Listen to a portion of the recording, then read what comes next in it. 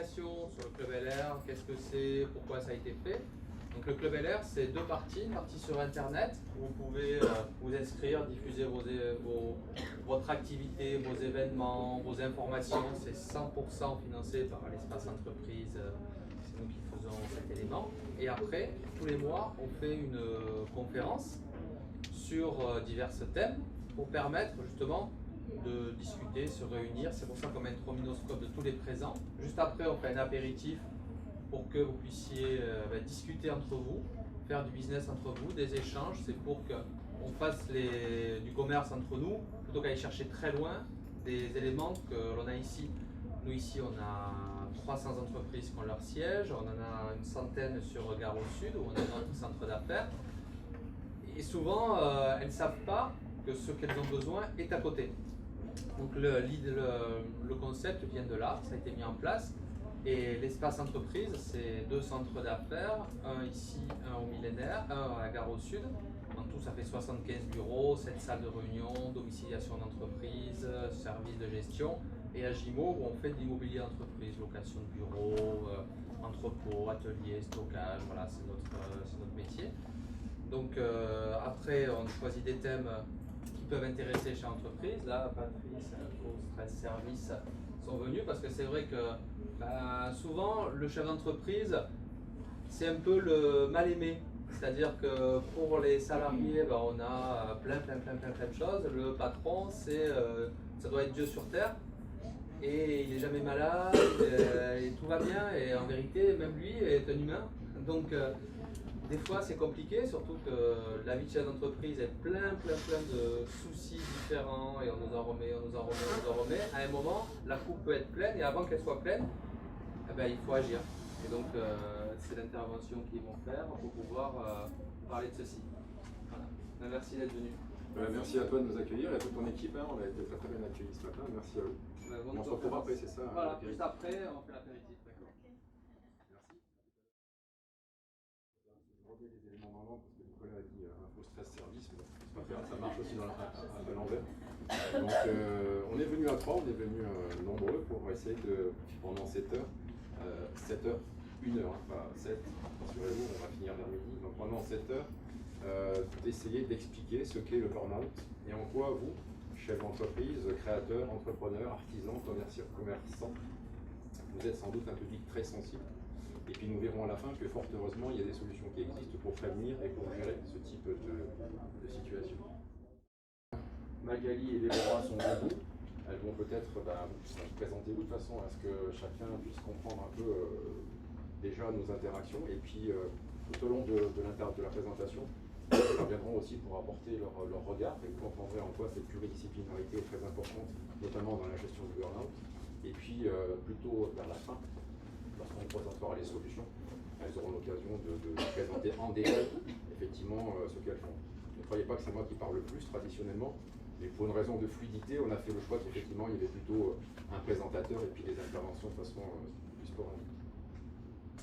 Ok, je commence. Bonjour à tous. Moi je suis Magali Debar-Bélanger, je suis sophrologue. Je suis également formée santé-sécurité au travail et j'interviens donc en entreprise en tant que formatrice sur la santé au travail. Voilà, bienvenue.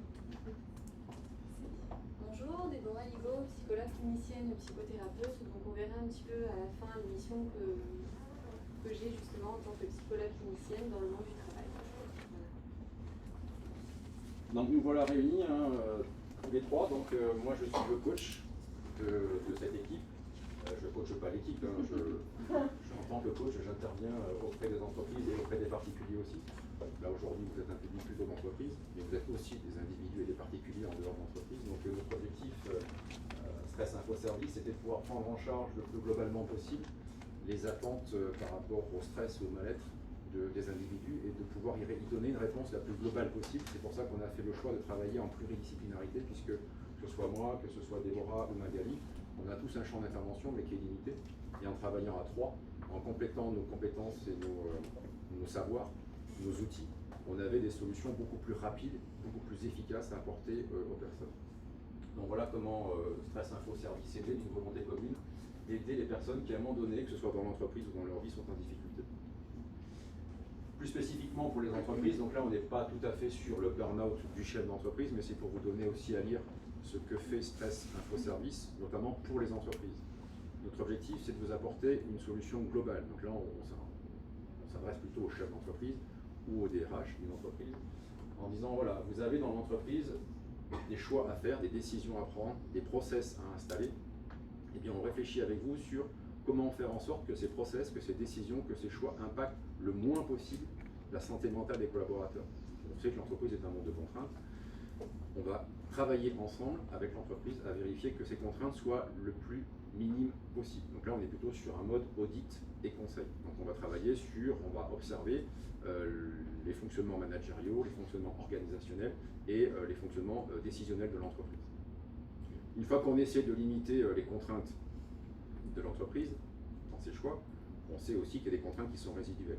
Et là, on va, au niveau secondaire, adaptation, on va proposer aux collaborateurs des entreprises d'être mieux armés face au stress. Donc là, on passe plutôt par des outils type formation. On va donner des éléments, des postures aux individus pour qu'ils soient mieux armés, pour mieux gérer le stress et son impact. Et malgré tout, quand on a limité les contraintes et qu'on a aidé les personnes à mieux faire face, eh bien, il y a quand même des personnes ponctuellement qui sont en difficulté, en souffrance. Et donc là, c'est l'aspect tertiaire où on est capable, à nous trois, bien entendu, encore une fois, de prendre en charge en consultation les personnes pour les amener vers une solution où la souffrance est beaucoup moins importante. Donc pour l'entreprise, on se voulait une solution un peu globale par rapport à toutes les thématiques liées au stress, liées au burn-out, liées à la qualité de vie au travail et liées aussi à la performance, puisqu'on est intimement convaincu, et la littérature aujourd'hui va dans ce sens-là, que quelqu'un qui est bien dans sa peau, qui est bien dans son travail, sera sans doute plus motivé, plus engagé, plus performant individuellement. Et donc si on ramène ça à un collectif, l'entreprise a tout à gagner à s'intéresser au bien-être de ses collaborateurs parce que sa performance est en jeu. Donc on parle aussi de performance et c'est pas un mot tabou pour nous. On travaille avec les entreprises, on vient de l'entreprise, c'est aussi important à préciser. Peut-être, tiens, Valérie, tu peux dire un petit mot sur ton parcours pour montrer qu'effectivement on connaît bien le monde de l'entreprise. Ok, oui, vraiment en 2 minutes. Oui, c'est long. Avant d'être sophrologue, de devenir sophrologue, j'ai travaillé pendant 18 ans dans des entreprises à l'international en tant que responsable financier et manager. Voilà, c'est un peu de choses. Et le stress aussi. Voilà, je crois que c'est ce qui nous a motivés quand on s'est choisi mutuellement pour participer à ce projet.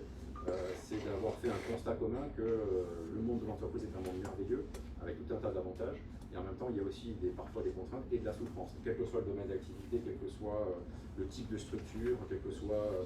Donc voilà, on a une expérience de l'entreprise importante, longue, des constats, et donc à un moment donné on s'est dit, bien, on a envie de sortir de ce système-là pour mieux aider les personnes qui sont dans l'entreprise à gérer certaines situations. Je vous propose de réserver vos questions pour la fin de cet entretien, de façon à ce qu'on concentre les questions sur un autre moment. Et si vous aviez une question qui vous empêche d'avoir une compréhension et qui pose un problème, n'hésitez pas quand même à la poser. Attendez, je crois qu'il faut la pousser. Merci. Elle va passer. Peut-être la déplier après, je ne sais pas. Voilà, pour Stress Info Service. Maintenant, intéressons-nous au sujet qui nous amène à être ensemble aujourd'hui, c'est-à-dire le burn-out et spécifiquement le burn-out associé à cette notion d'entrepreneur. Faisons un état des lieux. D'abord, l'image sociétale. Donc d'abord l'image sociétale qui est renvoyée du chef d'entreprise. Eh bien le chef d'entreprise, quand on prend quelques couvertures de magazines et quand je suis allé chercher sur internet, eh bien elles tournent toutes autour de même thématique, hein, les champions, le pouvoir de l'optimisme, la réussite, etc. Donc le chef d'entreprise véhicule cette image de personne un peu invincible, indestructible, où on met en avant le chef d'entreprise en tant qu'agent économique, en tant que manager, en tant qu'entrepreneur. On insiste sur les aspects positifs de l'entrepreneuriat, rarement sur les côtés négatifs. On décrit l'entrepreneur comme quelqu'un qui est capable de faire face au stress, voire même qui parfois s'en nourrit, utilise ce stress pour être dans l'action et qui laisse peu de place à la faiblesse. Donc ce côté indestructible ne favorise pas l'observation de la difficulté que peut rencontrer un chef d'entreprise ou de la difficulté de la fonction même de chef d'entreprise. Malgré tout, on commence à s'intéresser au burn-out et le calendrier étant ce qu'il est, le magazine de novembre du Nouveau Management traite du burn-out. On apprend que Michel Sénès a failli faire un burn-out, médecin, chef d'entreprise, donc même lui, il peut être concerné. Donc voilà, aujourd'hui on commence quand même à parler du burn-out, mais on va s'apercevoir qu'on a très peu d'informations dessus. En chiffres, vous êtes environ 300 000 en France entrepreneurs. Les 2 tiers sont des hommes. Ben, c'est à peu près la moyenne, peut-être aujourd'hui on n'est pas à 2 tiers, d'ailleurs moitié-moitié, hommes-femmes. C'est-à-dire peut-être que les femmes s'intéressent plus au bien-être et au burn-out que les hommes, je ne sais pas. En tout cas, la représentation c'est ça, c'est 2 tiers d'hommes parmi les entrepreneurs. Observons quelques chiffres. D'abord, notons que ce n'est pas très récent et que c'est sur la dépression. Donc il y a une étude qui porte sur la dépression des artisans, cadres, chefs d'entreprise, commerçants. Les hommes sont atteints dans 13,6% des cas et les femmes beaucoup moins. Les commerçants seuls, c'est 17,7%, alors qu'une population de cadres à profession intermédiaire, intellectuelle supérieure, c'est de l'ordre de 8%. Donc on s'aperçoit qu'il y a vraiment un gap déjà important. Vous êtes donc un public sensible à la dépression. Mais la dépression n'est pas le burn-out. Donc ce sont des chiffres que sur la dépression. Technologia, qui est un gros centre national, un gros cabinet d'études sur le bien-être au travail, dans ses études, dit qu'il y a entre 10 et 20% des artisans, commerçants, chefs d'entreprise qui sont en pré-burnout. On verra ce que c'est que le pré-burnout. Que 20% d'entre vous déclarent être en travail excessif et compulsif, et qu'il y a un risque de récidive important qui oscille entre 30 et 40%. Ça veut dire qu'une personne, un chef d'entreprise qui fait un burn-out une fois, a un risque de récidive important, s'il ne met pas en place des actions de prévention ensuite. Et puis parlons du suicide. Alors on ne va pas en parler tout le temps parce que on va insister trop dessus, mais c'est une conséquence possible de ce que les Japonais appellent le karoshi, c'est-à-dire la mort sur le travail. Et le laboratoire à Maroc, qui est un laboratoire universitaire montpelliérain porté par le professeur Olivier Torres, qui s'intéresse quasiment, c'est le seul en France à s'intéresser à la santé des chefs d'entreprise, eh bien, collecte des informations et cherche à avoir des informations précises sur la santé mentale, notamment des chefs d'entreprise. Et on s'aperçoit que c'est très compliqué, même lui. Aujourd'hui, il n'a pas des informations très précises et il y a autour de lui des doctorants qui font des études pour aller chercher ces informations. Et donc, les Japonais sont un peu plus précis parce que c'est un facteur pour eux beaucoup plus important. Ils ont beaucoup de petites entreprises et donc ils ont entre 3 000 et 4 000 suicides par an. Ce qui fait quasiment 10 suicides par jour. C'est quand même colossal. À partir de ces chiffres, à partir d'informations de l'INSEE, de l'INSERM, etc., le professeur Torres estime qu'il y a effectivement entre 1 à 2 morts par jour.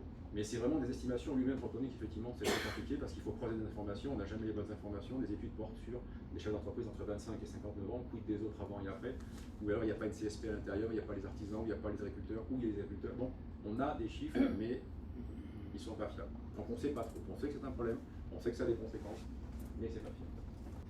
Alors, une fois qu'on a fait ce tour, cet état des lieux sur le burn-out, eh bien observons spécifiquement au niveau du chef d'entreprise quelles sont les réalités.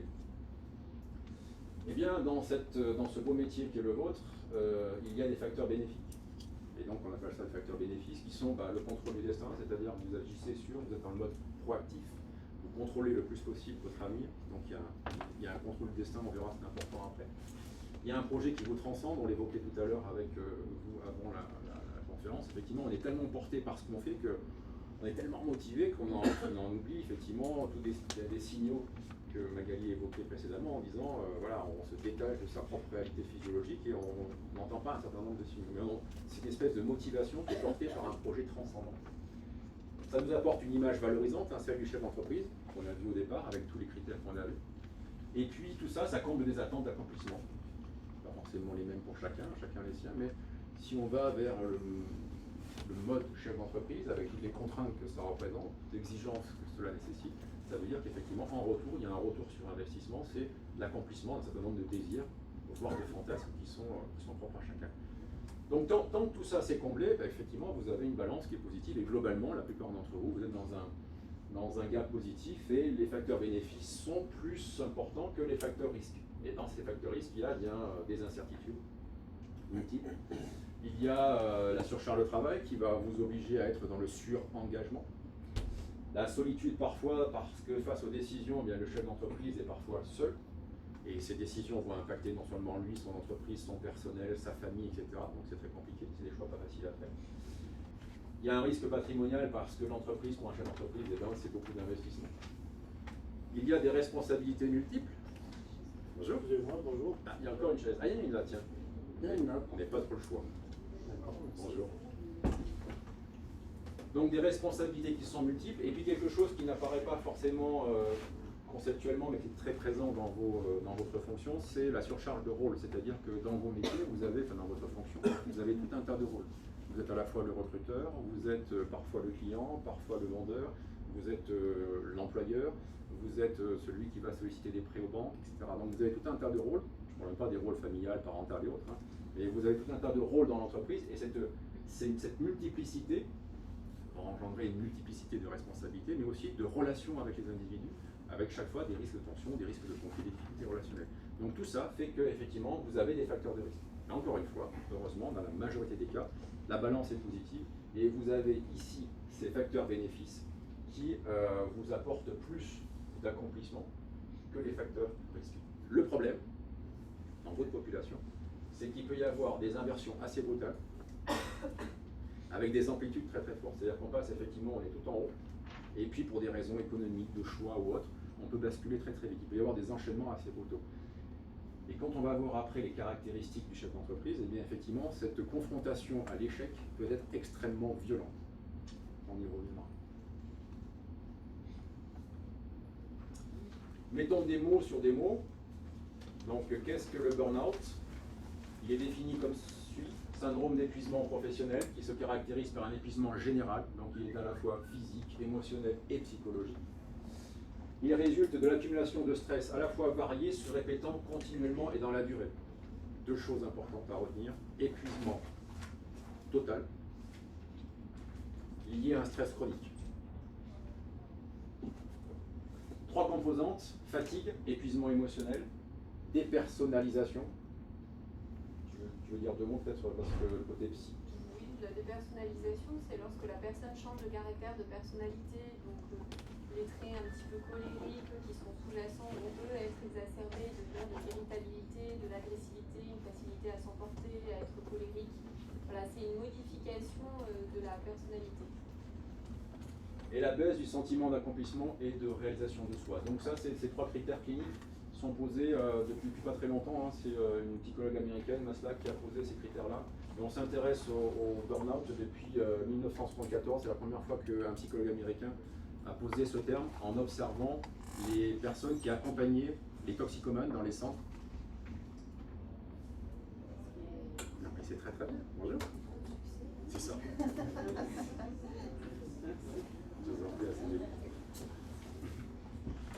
Donc je reprends depuis le début.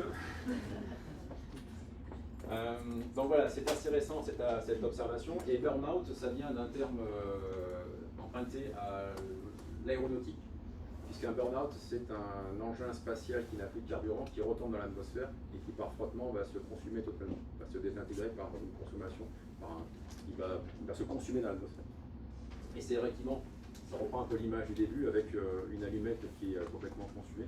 Le burn-out, c'est vraiment ça, c'est que j'ai consommé toute l'énergie qui était en moi, j'ai plus de carburant, et donc j'ai plus aucune énergie. Et on verra dans les symptômes et dans les syndromes, effectivement, ça correspond bien à ça. Et donc le burn-out classique, eh bien, c'est un enchaînement de faits. Hein. Je travaille de plus en plus parce qu'il y a une surcharge de travail, donc je rentre dans une espèce de frénésie, d'où l'image de la roue de la souris. Et puis je vais arriver à un épuisement. Et tout ça parce que j'ai une quête de gratification ou d'accomplissement personnel, ou alors je suis dans une insatisfaction d'accomplissement personnel. Ça, sachant qu'il existe aussi le bore-out. Alors pour vous, c'est un peu éloigné de vos préoccupations, mais tu peux en dire deux mots peut-être? Oui, on s'est rendu compte qu'il y avait un autre syndrome à côté du burn-out qui s'appelle le bore-out.